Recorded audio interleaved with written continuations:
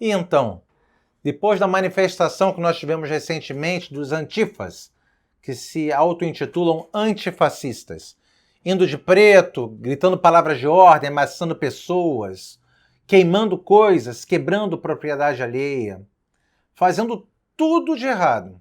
Aqui no Brasil, foi um movimento muito concentrado nas alas mais violentas das torcidas organizadas, insuflados por grupos organizados da esquerda.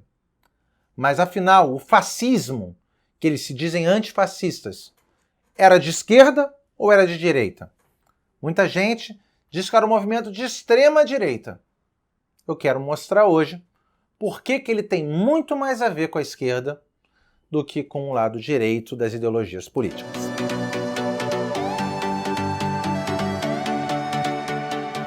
Primeiro, o fascismo, como ideologia, ele tinha algumas características de ditadura.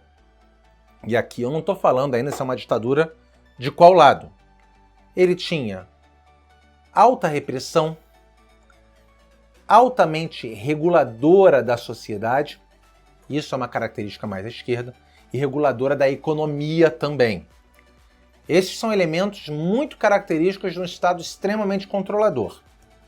E é importante que a gente saiba que no fascismo existia um ditado, era tudo para o Estado, nada contra o Estado e nada fora dele.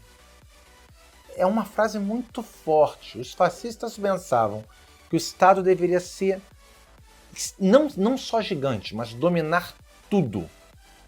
O Estado dominaria, teria controle sobre as pessoas, sobre os meios de produção, sobre absolutamente tudo. Tudo para o Estado, nada contra o Estado, nada fora do Estado. Ele também se utilizou de alguns elementos de misticismo, isto é, de transformar figuras em sobre-humanos. E aí entra a publicidade. E não entra só a publicidade, entra também o controle da publicidade. O fascismo teve uma característica, que é de fechar partidos políticos contrários, menos o partido fascista, trancar editoras, trancar jornais, tudo aquilo que era contrário ao fascismo, eles trancavam. O que isso nos lembra hoje do movimento que está havendo para se controlar a internet? Esse movimento também que fala sobre repressão às chamadas fake news, impedindo você de ter a sua liberdade de expressão respeitada. O controle da mídia e a transformação de figuras centrais de uma ideologia em super-heróis, em figuras místicas, quase religiosas, é uma característica do fascismo. E a gente também conhece algumas outras características que foram algumas outras pessoas que também tinham essas características.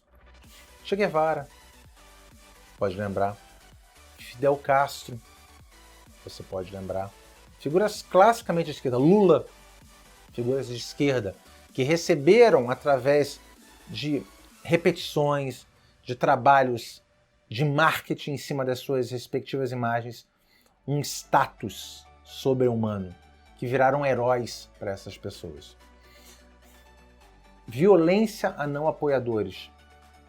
É uma característica também do fascismo que, inclusive, foram feitos por aqueles chamados camisas negras. Os camisas negras, eles foram um grupo paramilitar, uma milícia, que depois foi incorporada ao Estado, mas que tinha o objetivo de agir contra aqueles que falavam contra o fascismo, aqueles que fizeram contra o fascismo, não importa onde, recebiam uma visitinha deles para que pudesse se comportar melhor. Quando a gente lembra dos camisas negras, a gente pode lembrar dos antifas, que se vestiam de preto também. Será que não foi de propósito? Esse paramilitarismo era uma característica do regime fascista, e aqui nós temos uma foto dos camisas negras. Eles aí Esse aqui é o Benito Mussolini. O Benito Mussolini é a figura central do fascismo, que teve origem na Itália. A última vez que a gente teve que se preocupar de forma séria com o fascismo foi na Segunda Guerra Mundial. Depois ele perdeu força. Mas eu quero dizer para vocês como é que surgiu o fascismo. A gente tinha na Itália o Partido Socialista Italiano. Você pode me dizer, não é porque é socialista que é de esquerda, mas no caso ele era. O Partido Socialista Italiano deu origem. O Benito Mussolini era do Partido Socialista Italiano. Fez um movimento dissidente e criou o Partido Revolucionário Fascista. O Partido Revolucionário Fascista deu origem ao Partido Nacional Fascista. O Partido original socialista italiano também deu origem ao Partido Comunista Italiano. E mesmo depois de ter perdido seus principais integrantes para o Partido Fascista e para o Partido Comunista, ele ainda se manteve como o maior partido de esquerda da Itália depois da Segunda Guerra. Portanto, o PSI, Partido Socialista Italiano, era um partido de esquerda. E dele saíram os principais integrantes do Partido Fascista e do Partido Comunista. E aqui, na verdade, vale a pena a gente fazer uma analogia àquilo que Lenin chamou de estratégia das tesouras. Talvez você já deve ter ouvido falar disso. E eu vou falar aqui en passant. Basicamente, no mesmo país você teria dois partidos, dois grupos da mesma matriz ideológica, do mesmo lado, mas um seria mais moderado e outro mais radical. E eles iam fazer um joguinho, tá? E se alternando no poder, mas com o objetivo sempre de entregar para o Estado todo o controle da vida dos cidadãos. Tá? Essa estratégia das tesouras, que hoje nós vemos e muita gente defende que essa estratégia foi utilizada no Brasil, com o PT e o PSDB se revezando no poder, essa estratégia aconteceu também no início do século passado, na Itália. Por quê? O que acontece? Algumas pessoas vão dizer que o Partido Fascista ele era de direita porque ele era contra o Partido Socialista. Isso é uma grande mentira. A única oposição que eles tinham um ao outro era que os socialistas não gostavam das pessoas do Partido Fascista porque eles representavam uma opção mais moderada para o atingimento dos objetivos socialistas como um todo. O Partido Socialista ele tinha influências fortes do marxismo. E o socialismo, mesmo naquela época, já era considerada uma suavização do comunismo. Então você tinha o comunismo, que era considerado extremo, o socialismo, que era considerado grave, e o nazismo, de novo. Então você tinha já naquela época o socialismo sendo considerado uma versão mais branda do comunismo, que seria o extrema. Então você tinha o extremo, que era o comunismo, o socialismo, que seria o grave, e o moderado, que seria o Partido Fascista. Não é à toa que muitas pessoas migraram do Partido Socialista para o Partido Fascista porque viram que seria muito mais fácil o atingimento dos objetivos socialistas em um partido fascista. Era mais palatável para a população. A população aceitava mais facilmente se não fosse derivado do socialismo naquela época. E era por isso que havia essa disputa política entre Partido Socialista Italiano e Partido Fascista Italiano. Não era nada ideológico, eram dois tons diferentes da mesma cor. O Manifesto Fascista ele foi escrito, isso era muito comum. As ideias elas ganhavam corpo quando você escrevia ela e você distribuía essa ideia. Teve um manifesto comunista, teve um manifesto fascista. E essas duas pessoas aí, né, que proclamaram esse manifesto fascista, né, que foi o Alceste de Ambris e o Filippo Tommaso Marinetti, eles também fizeram parte, né? O primeiro fez parte do Partido Socialista Italiano e o segundo já entrou no Partido Fascista. O curioso é dizer que o Marinetti, ele era um cara meio artista, assim, né? E ele considerou a Primeira Guerra Mundial o mais belo poema futurista. Era um cara que gostou da Primeira Guerra Mundial. E ele via, assim, artisticamente, que o mundo poderia se tornar algo próximo ou algo belo como a Primeira Guerra Mundial. Você vê que era um cara bem alterado psicologicamente. Já o Alceste de Ambris, ele era um sindicalista, né? Ele veio do movimento operário daquela região e isso era muito clássico do Partido Fascista, o apoio aos sindicatos, que era uma forma de aproximar o movimento operário da política na Itália. E esse manifesto fascista tinha alguns pontos-chave, uma linha mestra que eles iam se basilar. E eles são sempre para inchar o Estado ou ir contra o capitalismo. Veja, quem é que quer um Estado grande? A esquerda. Quem é que vai contra o capitalismo? A esquerda. Vou dar alguns exemplos. Salário mínimo estipulado pelo Estado.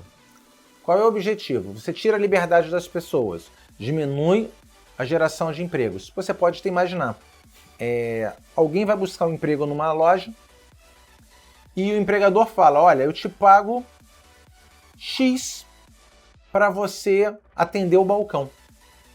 Ele fala, não, mas X não vale a pena. O salário mínimo é 2X. Ele fala, bem, se eu não posso te contratar por X para atender o balcão, eu vou pagar 2X, mas para alguém que atenda o balcão e organize as mercadorias também. É isso que acontece quando você faz um salário mínimo. Faz com que as pessoas percam a oportunidade de trabalhar, mesmo que seja com valores menores, mas dentro da sua capacidade produtiva. Outra coisa é que os sindicatos, eles criaram algumas organizações sindicais e esses sindicatos e esses grupos, eles tinham um poder político de decisão muito forte, um poder legislativo, inclusive. Um imposto de renda fortemente progressivo, que era a forma que os fascistas tinham de tirar parte do poder econômico daqueles que geravam renda. É um tratamento anticapitalista. Tinha um seguro-invalidez bancado pelo Estado. Seguro-invalidez é uma característica de um seguro que é pago por quem trabalha e não bancado pelo Estado. É um seguro. Você paga. Se eu ficar doente, eu vou receber uma verba. Isso em muitos países, inclusive aqui no Brasil também tem, em termos privados, você tem os seguros. Seguro-saúde, por exemplo, o seguro de morte. Se você acaba falecendo, você recebe um benefício. Existe diversos seguro de carro, você não sabe se seu carro vai bater ou não. Chama-se aleatoriedade. Isso significa que você paga um valor na eventualidade de acontecer alguma coisa, de acontecer um sinistro, de acontecer algo ruim. A redução da idade da aposentadoria, que é uma característica específica dos governos de esquerda, porque, em especial no começo do século passado, quando a gente teve um aumento muito grande da expectativa de vida, pela descoberta da penicilina. A penicilina ela foi descoberta logo na Primeira Guerra Mundial. E isso fez com que a expectativa de vida das pessoas aumentasse muito. Isso importa, se a expectativa de vida aumenta a capacidade produtiva das pessoas. E para você ter um equilíbrio atuarial, um equilíbrio de contas a longo prazo dos sistemas de previdência, você precisa equilibrar isso com a idade das pessoas e com as expectativas de vida. Outra coisa que o fascismo fazia era confiscar a propriedade das instituições religiosas. Isso é uma característica da esquerda. Quem é que você vê bater na religião? Quem é que você vê reclamando das igrejas evangélicas, das igrejas católicas? Quem é que você vê agindo contra isso, contra a liberdade religiosa? Você não vê. a direita fazendo isso. Você vê a esquerda. Existia uma afronta, um antissemitismo. Houve também leis fascistas muito graves contra os judeus, proibindo que eles tivessem propriedades imóveis acima de determinado valor, impedindo diversas liberdades dos judeus. Foram leis muito graves. Houve também os chamados conselhos nacionais, semelhantes aos sovietes, que eram comunistas. Quer dizer, gente, o fascismo visava o controle total. Um controle econômico, um controle social. Ele não só intervia fortemente no livre mercado, ele também controlava a mídia, como a esquerda quer fazer hoje, com a internet,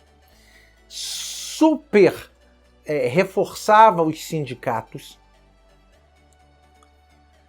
tomava a força produtiva das empresas para os seus próprios objetivos, criou leis desarmamentistas para a sua população.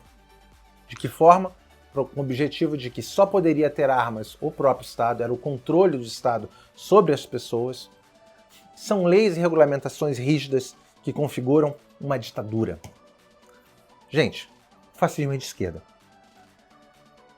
Por mais que você possa tangenciar pontos, olha, isso aqui parece com a direita, o grosso, a ideologia, os meios de promover o seu governo são os mesmos meios que usam os comunistas, os socialistas, os nazistas, os fascistas. Eles vão tentar sempre dizer que são contrários a uma ideologia que matou milhares, quiçá milhões de pessoas. Mas o fato é que essas ideologias sempre tiveram a mesma inspiração. São primos de primeiro grau.